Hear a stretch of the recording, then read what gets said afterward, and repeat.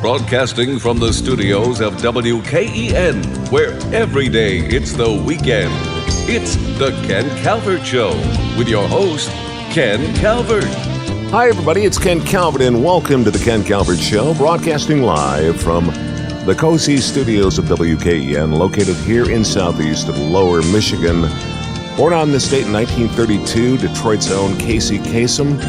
That's all I have to say, Kasem. We lost him 4 years ago. You know, they say they don't make them like they used to, or, oh, you'll never meet a nicer guy. Well, in this case, it's true. Kasem, one of the greatest humans I have ever met. His heart was in the perfect place, not the right place, the perfect place. I had the opportunity 21 years ago to catch up with Kasem. He was in Detroit speaking to a class at Fordson High School and about to receive an award in Dearborn, Michigan. I found this particular interview one of the most refreshing interviews I think I've ever done, and one that I just will never let go of. I hope you like it. Here's Kasem. Happy birthday, Casey. Keep your feet on the ground and keep reaching for the stars. Ken, feeling great, getting ready to take a little to Guatemala to see what we can do to help save the rainforest down there. How do you manage your time so wonderfully? You're doing so many different things. You'll be in town here on Halloween, October 31st. You'll be speaking at Fordson High School, then being honored as Man of the Year of the American Drew Society, honoring you, the most celebrated member, at a fundraiser on November 1st. How do you find the time? Well, you know, it's almost something that started back in Detroit. I remember at high school, my counselor told me, Casey, the one thing you have to learn before you graduate from Northwestern is how to say no. I never learned how to say that. Isn't that the truth? I think all of us are in that box. Yeah, well, you know, so many people feel they get to know us through the radio, and we become their friends, and they invite us to do things, and sometimes time just doesn't permit to do everything, but I know you're staying busy. Let me start with your career, 50, 51, 52, you here at this radio station. That's where my first claim to fame was, I used to brag about the fact I was on WJR at 10 o'clock on Saturday mornings, and I was the star of a 15-minute show at Wayne State University produced called Scoop Ryan, Cub Reporter. What was the content of that case? Well, what we did is I had a grandpop, and my grandpop and I was played a 15-year-old, would travel around the world to help solve mysteries. Wow. And it was somewhat educational, but it certainly launched my career because shortly after that, I was on the Lone Ranger show playing characters from 12 years old up to 20. Was Brace Beamer the absolutely. He was Brace, the Lone Ranger. And John Todd was Tonto. Right. And they had a marvelous cast of people who I speak reverently about because they really gave me a feeling of security and self-confidence that I could only have received working with pros. Will there ever be anything like that again in terms of live radio and theater of the mind, the mystery of listening to the Lone Ranger? And probably... Ken, as a matter of fact, there is. Listen to this. Here in Hollywood, they have a couple of radio societies that have big stars from the motion pictures doing radio dramas in front of audiences who pay to get in to see it. Wow. And it's just wonderful. They're doing it so well and doing it so right, and they're taking great plays and dramas, adapting them for radio, like the old Lux Radio Theater did for the motion pictures. Sure. And they're doing this. And it's easy for a professional actor to do that when he doesn't have to memorize and get into makeup and get into costume and rehearse. You just do it. Well, you know, you think about all of the talk and all of the time that we spent on this program and all of the programs across the country talking about ER last Thursday night, a week ago, being live. Well, radio for years, that was it. Each and every week, each and every night, live productions. That's true. And we did 2 live shows on the Lone Ranger show. We did the first half hour from 7 to 7:30, went to Chicago where they taped it. Or it was also going to be used later on for the West Coast. Right. And then we did one for the East Coast. Let's talk, because I know that you're busy. You have your program to do with your staff standing by. We have so many areas that I want to cover. First of all, congratulations on being named Man of the Year. Well, thank you. That is happening on November 1st at the Hyatt Regency Dearborn in Fairlane. On Halloween, that is a Friday, you will go to Fordson High School where you will talk to largely an Arab American base of students talking about your roots and your background in the Lebanese community and the Druze community. Well, not so much that, but I will be touching on that in the Q&A and the question and answer part of the hours. But basically, I'll be talking about Arab Americans making a difference in their contribution to this great country of ours. And, Shocking. I think. Can I give you an idea of a role model I had? Yeah, I just wanted to mention one thing. You happened to send me a copy of what appears to be most of your speech. Thank you for opening my eyes. I had no idea Who some Arab Americans were? How many? It's just shocking to me. Could I mention a few of them for the please audience? do, yeah. Well, poet who wrote The Prophet, Khalil Gibran. Sure. Danny Thomas and his daughter Marlo Thomas, America's foremost consumer advocate Ralph Nader, Wayne State's retiring president David Adamany, Challenger crew member astronaut Krista McAuliffe, founder of Mad Mothers Against Drunk Drivers Candy Leitner, Secretary Donna Shalala of the President's Cabinet, Spence Abraham, of course, of Michigan, our state retiring president we mentioned, world's first jet ace, Colonel James Jabara, a Korean war hero, world-famous heart surgeon, inventor of the heart pump, Michael DeBakey, Helen Thomas of Detroit, who went many years ago to Washington, became the dean of the White House Press Corps with 25 different honorary degrees, and a couple of football players, Doug Flutie, who threw the miracle touchdown pass and was the first football player in college to throw for 10,000 yards. And then there's Jeff George of the Oakland Raiders, and it goes on and on. I won't Rich go on. Kotite and Joe Robbie, and then a guy that I see covering the Pistons, Ronnie Cycli of the Orlando That's Magic. right. Of course, Bobby Rahal. Anyone Ray that Hall, follows, who won the 500 and is the biggest winner for Indy 500. Paul Anka, Tiny Tim, Frank Zappa, Paul Abdul, Tiffany. The list goes on and on and on. And 6 pages that I have here, just basically listing so many names. You have to be awfully thrilled and honored. What inside that message is the message that you hope to deliver that day at Fordson High School? That you should be proud of your heritage, and that's what America is all about. Millions of people proud of their heritage, coming to this country, having opportunities they wouldn't have in the countries that they came from, and realizing that it's a real privilege. And to never forget that, and to remember that it's time to give back to the good old USA.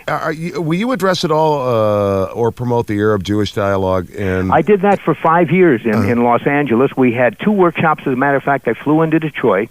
We did 2 workshops in Detroit with Arabs and Jews. We did in Chicago, Jerusalem, all Orlando, Florida. But we did most of them in Los Angeles, 1- and 2-day workshops in conflict resolution between Arabs and Jews. And Israelis and Palestinians. If there are problems facing, and we all face our problems each and every day, but Lebanese Americans, what problems are they facing that perhaps the rest of us are not?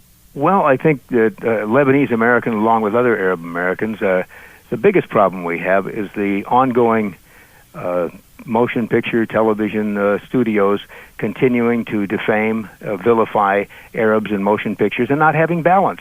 All Arabs ask for is some balance, that's all. I'm happy to see that Kathy Najimy will be on the new Kirstie Alley show, and she'll be playing a Lebanese. Now, that's the first Lebanese being identified since Danny Thomas. And was there anybody before Danny Thomas? Yeah. No.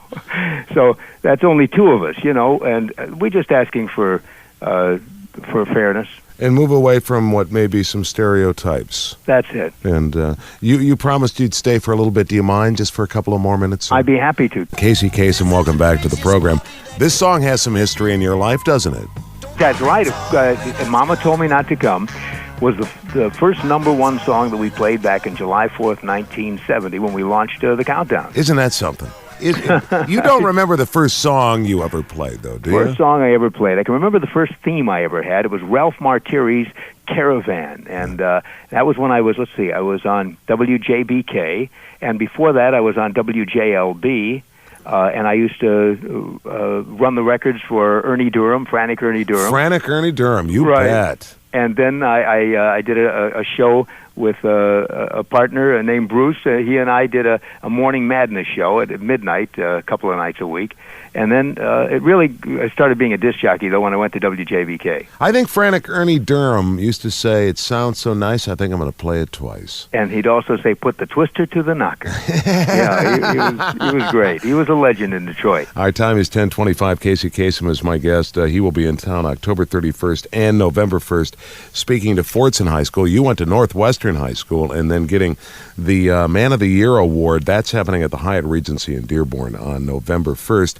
Let's talk about some of the other areas that you're involved in. Anti-smoking, vegetarianism. How is that? Why? Well, vegetarianism for three good reasons, Ken. I first, nutritional. Second, ethical. And thirdly, ecological. One of the reasons I'm going to Guatemala over the weekend, I'm leaving tonight, is I've been invited by the vice president and also the chairman of a foundation that's trying to save our rainforests. The biggest rainforest in North America is the one in Guatemala. 6 million square miles of rainforest, the biosphere, and it will not be there in 10 years if what's happening to it isn't stopped. Already in Asia, in the last 30 years, half of the trees have disappeared. And some of the reasons are cutting these trees down or burning down the rainforest so that they can graze cattle to make more hamburgers. Also, another reason is to raise grain, soybean, etc., to feed the animals. And now, if all of a sudden the Chinese take a liking to beef, we're going to be in trouble. We're going to be in trouble. A billion Chinese start eating hamburgers, and the rainforests aren't going to be around. And the rainforests, 40% of them, are what supplies our oxygen for us. Mm-hmm. Yeah, hopefully we're all aware of that by now. So that's one of the reasons I'm a vegetarian and also a vegan. I mean, I don't eat meat, fish, poultry, or dairy products. So it's you're a purist. Sort of pure, but not 100% pure, because I'm not an ethical vegan. You have some ice cream you have a candy bar once in a while. Come on. Well, I cheat on chocolate a little. Okay. Maybe once every couple months. Geez, Case, you got to have some fun. There's so much good food, ethnic food, for instance, Chinese, Japanese, Middle Eastern food, Italian food that's great for vegetarians. All right, Casey, 5 questions real quick. I'm letting you go here in just a minute. Okay. Favorite all-time band, group? All-time band. Oh, boy, that's a big band. Let me see. Not a big band, any group. I like Stan Kenton. Okay. Going way back. Pop rock act. Pop rock. Well, You can't. I know. I can tell you the worst record I ever heard. Oh, great! That's even better. The worst record I ever heard was a record called "Oh Happy Day," not by the singers out of Oakland who sang the gospel, but a guy in Cleveland, Ohio, named Don Howard. Wow. Don Howard. Now, and when my staff used to tell me how bad a record sounded, I said, "You haven't heard a record sound bad until you heard "Oh Happy Day" by this guy Don Howard in Cleveland." Yeah. And it went to number 4 on the Billboard chart. And let me sing it for you. Please do. Oh happy day. The sun is shining. Oh, happy day. Now, I was better than he was on the record. Now, I go to number opening, 4. Pardon me? He took it to number 4. He took it to number 4, but listen to this. I went to the opening of the Cleveland Rock and Roll Hall of Fame 2 years ago. Oh, yeah. And there's a black tie reception. Guy comes up to me, he stands about 6'4", and I'm about 5'6", and he says to me, Casey Kasem, right? I said, that's right. He said, what's the worst record you ever heard? I said, I got to tell you the truth. There's some guy in Cleveland named Don Howard who recorded Oh Happy Day in 1953. It was terrible. He says, you're absolutely right, and I'm Don Howard. Oh, no. Yes. No kidding. And he went on to say he made $30,000, took him 5 minutes to make that record. He and an acoustical guitar. Wow. What? And the record sold 1 million copies. We got to find that. Was the worst record I ever heard, and he agrees. What was the other one that I think the worst for me was it Napoleon the Fifth or the Fourth who did that coming to take me away? That was the fastest falling number 1 song in history. Hey Casey, you can settle a bet for me real quickly, and then I'll let you go. Casey Kasem, my guest.